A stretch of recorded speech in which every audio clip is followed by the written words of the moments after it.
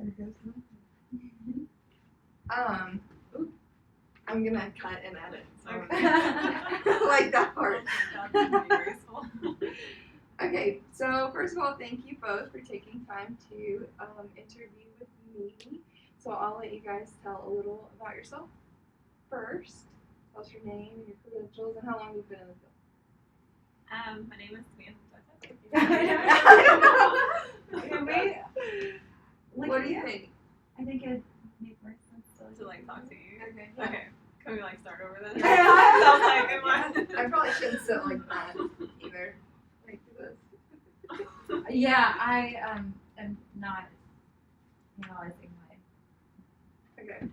I my won't either. language right now. Okay, so first off, thank you both for try again. Let me try again. Try it again. Again, composure.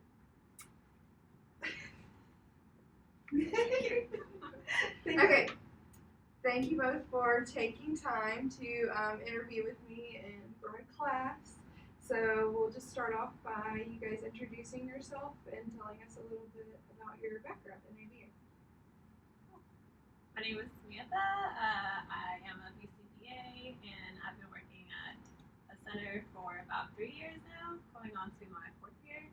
And I've been in the field since 2013, so I was like a behavior technician, and then I got interested, and then I went to grad school, did 3 years of grad school, and then started working at the center. Very cool. I'm Lindsay. My story is pretty much the same. So I've been a BCBA for 3 years. Been working with this company for about 6, and then I've been in the field since about the same, like 2012, 2013. Just first as a volunteer, and then as an intern. Very cool. And they're both my supervisors, and they're awesome at what they do, so I'm really excited. So we'll just get started. The first question relates to 9.0, and it says, behavior analysts design, conduct, and report research in accordance with recognized standards of scientific competence and ethical research. Why might this be important to BCBAs in your opinion? Definitely important for BCBAs, right? I think that this particular code kind of hits that we should always be ethical in anything we do, whether it's research or clinician stuff. And that means focusing on the welfare of our clients and protecting their rights and their dignity and all that. And I think we've already got systems in place to kind of address this issue. So for any research stuff that you need to get approval from an institutional review board, IRBs, right? To make sure that you're doing ethical stuff. And then we also, as you know, have our BACB ethics code to make sure even more that everybody's doing everything the right way. I think we also have to think about our core ethical principle of doing no harm. So that's really where all this comes out from. Some things that I would consider is that we want to make sure that we're using procedures that are effective and accurate and consistent for many reasons, but one reason would be to replicate studies to make sure that we've got good findings and there's confidence in our findings, and that the procedures that we're using are accepted by society. So that kind of touches on the social validity portion of research, because we should be doing things, and the community should also think that we're doing things that are considered important and valuable for all of us. Awesome. The next one relates to subcode 9.01 that says behavior analysts plan and conduct research in a manner consistent with all applicable laws and regulations, as well as professional standards governing the conduct of research. Behavior analysts also comply with other applicable laws and regulations relating to mandated reporting requirements. Can you give us an example where you have run into this kind of scenario? Either someone did something unethical and what did you do, or examples of how new researchers can avoid mistakes. So basically for that one, I haven't, run into that kind of issue where we're doing something unethical or that kind of scenario, but I could see how when you're doing research, people may be needed to falsifying data just because they want to get things published. So I could see how that can become unethical. But maybe in order to make sure that you avoid mistakes and becoming unethical, having procedures in place where you are not, becoming unethical in any ways. Like, for example, the one that came to mind is whenever you're doing that inter-observer agreement, the IOA data, some people don't even really think about how you're conducting it, and so you might be doing it in the same room. You might be watching the other person doing it, so you can see when they take the data and then you take the data. So that's kind of going into falsifying data as well, because it's not really accurate, just your data. It's also you're relying on somebody else's data. Maybe avoiding those mistakes by having procedures in place where whenever you do IOA, you're maybe in a separate room or in a separate area where you can't see the other person, and things like that. For sure. And I have to admit, I have been in a room doing IOA data, and I'm like, oh, wait a second.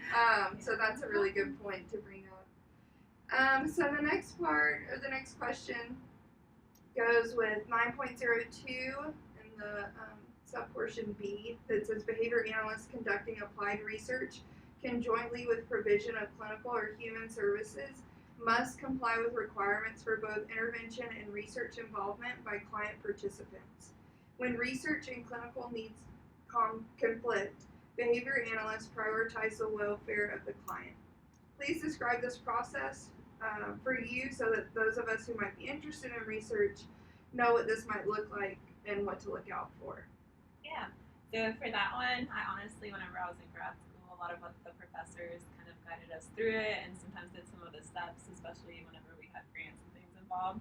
But I do know, like, when you're in a university, you have to get that IRB approval. So going through that process and making sure you include all the valuable information for that committee to make, a good decision on whether it is a good research to do and it's ethical. And then you also have, depending on what centers you're going to, some centers have a human rights committee or a peer review committee. So making sure you go through those processes to make sure that you can do the research in that center. So making sure not only you're covering, like, if you're doing university, but if you're going to other centers as well, you're complying with their regulations.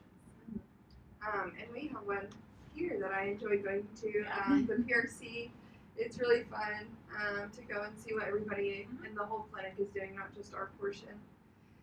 So the next question goes with C of subcode 9.02. Behavior analysts conduct research competently and with due concern for the dignity and welfare of the participants. And the question is, has there ever been a time when you felt like a client of yours was having to participate in something that you did not feel was beneficial to them? So I think that one gets into a very tricky situation because sometimes people don't realize, the purpose of, the research.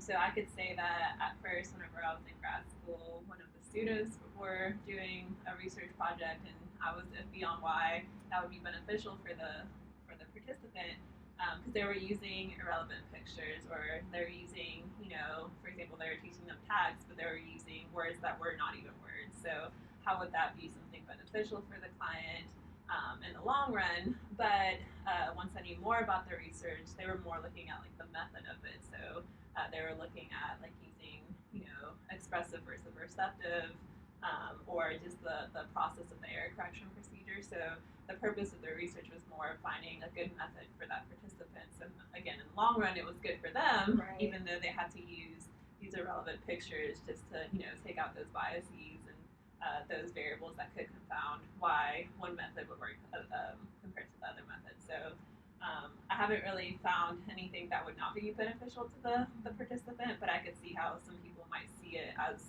that, not knowing what the main purpose of the research was. Right. You have to dig a little deeper sometimes to find out. Yeah. So the next portion goes still with subcode 9.02. Portion D, behavior analysts plan their research as to minimize the possibility that the results will be misleading. How might someone create a research plan that is not inherently misleading? And can you give us some examples of good research questions that don't assume or contain bias? Yeah. So I think that you should always be planning to minimize stuff, but sometimes you can plan really well and still miss things that that you should be continuously seeking feedback throughout the entire process, and that means from supervisors and other people, having them read your plan, having them play like devil's advocate and saying, could this be interpreted a different way, or how would you read this, or what do you think other people are going to say? And then I think sometimes people talking about feedback can be kind of defensive about their projects because they see it as their baby. But I think that's not the time or place to be doing that. You should not be prideful or just trying to get published. It should be that you really are trying to minimize things that can come off the wrong way. So I think obviously seeking feedback, asking people, making sure you're just doing the right thing. And on that note, I think that sometimes things going wrong can be seen as a failure, but in this sense, it's something just that needs to be fixed for the greater good. Very cool. And then, the second part of your question. Yeah, so I thought that was an interesting question. I really don't have a great answer for it or a specific answer. I think I would just refer you to JAVA, so the Journal of Applied Behavior Analysis, for people that may not know that, and look at articles from most of them, but particularly from people that we would consider highly ethical in our field or do a lot of stuff with ethics. So that might be a good place to start. Very cool. Okay, so we're still on subcode 9.02, section F. If an ethical issue is unclear, behavior analysts seek to resolve the issue through consultation with independent formal research review boards, peer consultations, or other proper mechanisms. Have you ever been part of a research project where you had to make this kind of an ethical decision? Describe your process. Yes. So I was part of a research that basically included low-income families. So at the beginning, we didn't have this part of our proposal, but what happened is that a lot of them would not be able to come to the meetings, or it was kind of a high response effort for them. So it was a very long study where we needed some of the participants to stay with us for a long period of time. So we came up with having an incentive, but it was a money incentive.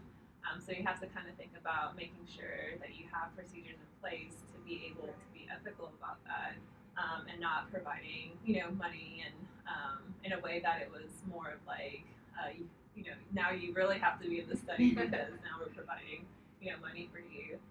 So we had to make sure that the way that we presented it, as well as the way that we were doing it, was ethical and fair for all the participants that were doing it. And we're not favoring one participant over the other participant. And we had really good procedures to say why we were going to be using those incentives.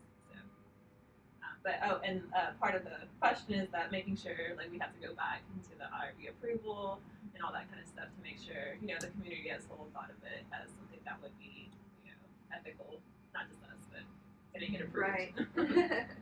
Very cool.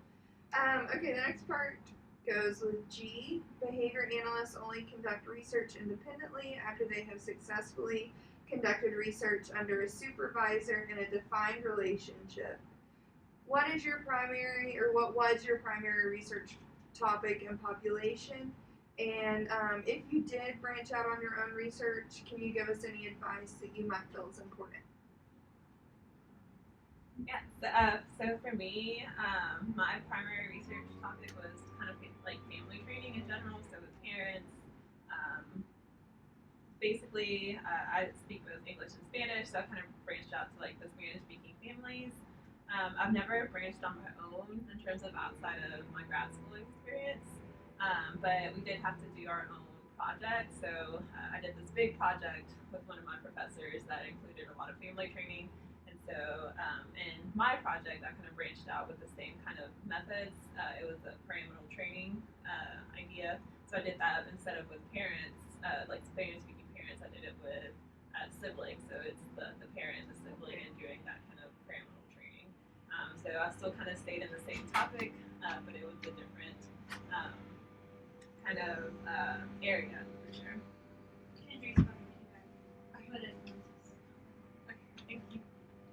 Okay.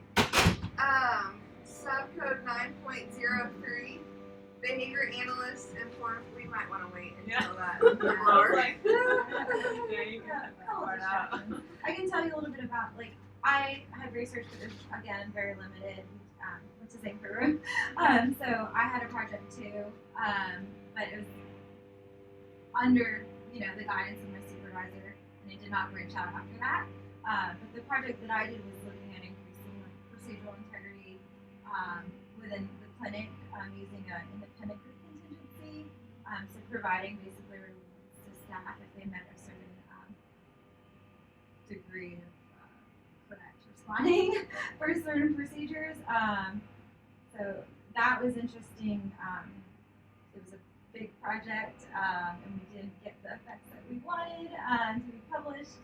But it was definitely a great learning experience, and I think changed some of the procedures that we do today in the clinic. So there was a benefit to. Very cool. So we'll move on to subcode 9.03 that says behavior analysts perform participants or their guardian or surrogate in understandable language about the nature of the research, that they are free to participate, to decline to participate, or to withdraw from the research at any time without penalty, about significant factors that may influence their willingness to participate, and answer any other questions participants may have about the research. So what is your best way to inform participants or guardians about research, and are you comfortable having participants included in the research even if there is a language barrier? That one. I feel like ideally you'd want to do stuff face-to-face to inform them about stuff. Like you said, it needs to be a language that they can understand and it's simple to understand, allowing them to ask questions or decline. For my research project, most of it was face-to-face, and if I couldn't get that, we did go over the written procedures. Well, they had a copy, and it was over the phone. I didn't have any language barriers with the caregivers or staff or clients that participated, but I feel like if I ran into that situation, I'd be uncomfortable.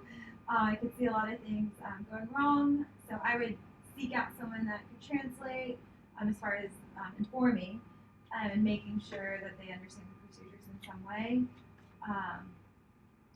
But as far as having them participate in the project, I could see a lot of things going wrong. If they don't understand, you might get some weird responding, and that if that happens for a research project that you're doing, you might want to include that in the limitations portion For sure. of your study. Yeah, for sure. I think sometimes I know I wouldn't have thought about that had I not asked you to, because it's just something that you're like, oh, well, I didn't even consider thinking that they might respond differently because they're not understanding the language completely. Okay, so 9.04 says using confidential information for didactic or instructive purposes. This goes with portion A. Behavior analysts do not disclose personally identifiable information concerning their individual organizational clients, research participants, or other recipients of their services that they obtain during the course of their work unless the person or organization has consented in writing or unless there is other legal authorization for doing so. Have you ever had a time when you felt disclosing certain information concerning a research participant was beneficial to what you were discussing? So for this one, other than the age, diagnosis, and the setting, there's really not any other information that I felt beneficial to discuss in terms of the research projects that I've been to. I know it's good to make sure that you include everything possible that could help others in terms of replicating or using these kind of methods that would be good to know because those could be important variables in terms of like being able to use those methods. So, but other than that, I haven't really had any other information that I needed to disclose, like personal information at least. Right. So part B talks about disguising confidential information and doing that whenever possible so they're not individually identifiable to others and so that discussions don't cause harm to the individual or the identifiable participants. Has there ever been a time where the circumstances presented made you compromise the privacy of a client that you've worked with? So the only time that I could think of is whenever we were in grad school. We do have a class that basically we talk about the progress of the research studies. So unfortunately, in that setting, you have a lot of people that you work with and that are in the same center or using the same space when you do your research projects. So whenever you would present a graph, and even though you would disguise the name, a lot of people would be able to be like, oh yeah, it's so and so, the one with the hair, or the one with, start naming certain characteristics, and then suddenly the privacy of the client no longer is private because a lot of people know that client or have seen them around in the center. So I think that was the only time when, because you are sharing information, you are in a grad school setting where you are talking about, your progress.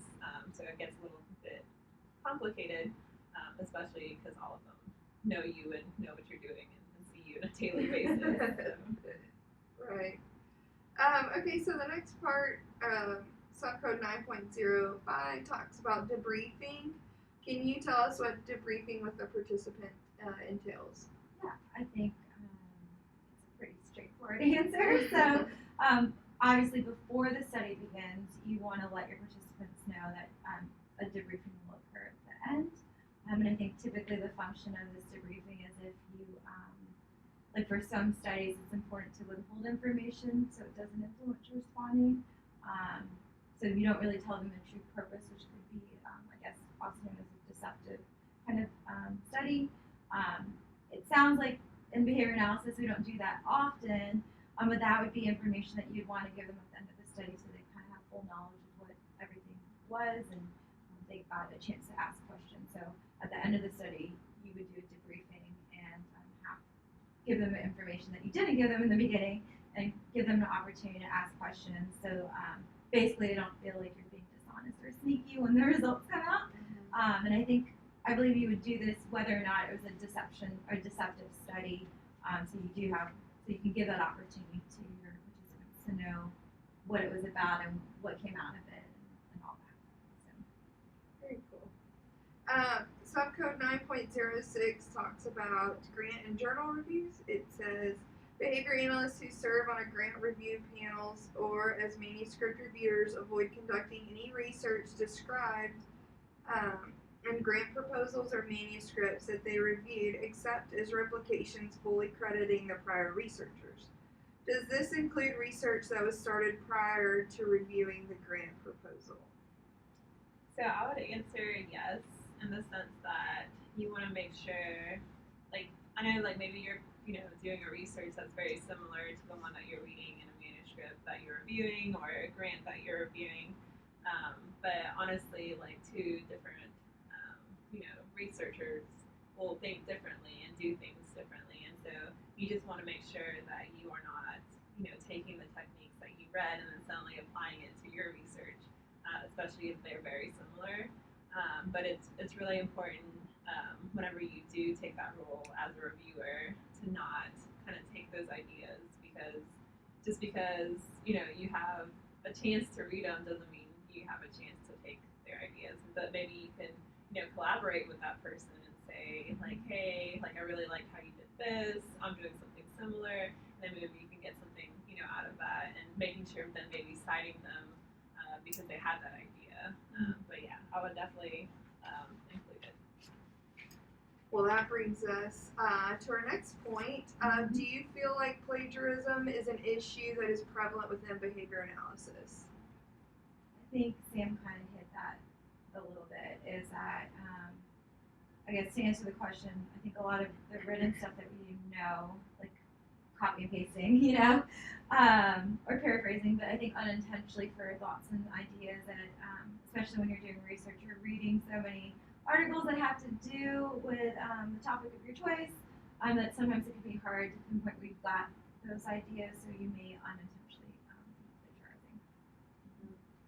For sure. I know sometimes all the articles get mixed up in my head, and I'm like, wait a second, did I get that from here, or did, like you were saying, did I come up with that in my head? And I have No idea where I got it from. Yeah. Or you read it from like 5 articles ago. Yeah, seriously. You have to kind of backtrack. Okay, where did I actually get this from? Okay, so subcode 9.08 talks about acknowledging contributions. Behavior analysts acknowledge the contributions of others to research by including them as co-authors or footnoting their contributions, and etc. Do you feel it difficult to cite the contribution of others in every single circumstance? So I haven't had a lot of experience with this. This is the only person that was involved in my stuff. Was my supervisor. She did enough to be co-author if it was published. But I think this kind of thing, like those things are talked about ahead of time. So indicating what activities and behaviors would make you an author or just a citation. How do you identify what is of enough importance for it to be cited? I think the process is, again, we talked about it ahead of time. Write down activities and behaviors, like even to the most minuscule kind of things, like not the data collection is minuscule, but data collection and prepare materials, like every little bit, and then using that information and kind of breaking it down to see, is this author worthy or is this just a minor contribution?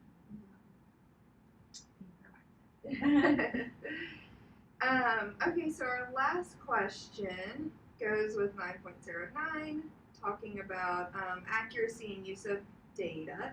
So what is your process for keeping appropriate research data, giving proper credit to authors and researchers, and reporting accurately? Yeah, so I actually forgot how many years you're supposed to keep, the data once you do it. I want to say 3, but then 7 also pops in my head. But one thing to, maybe look at that and make sure that you're following that requirement.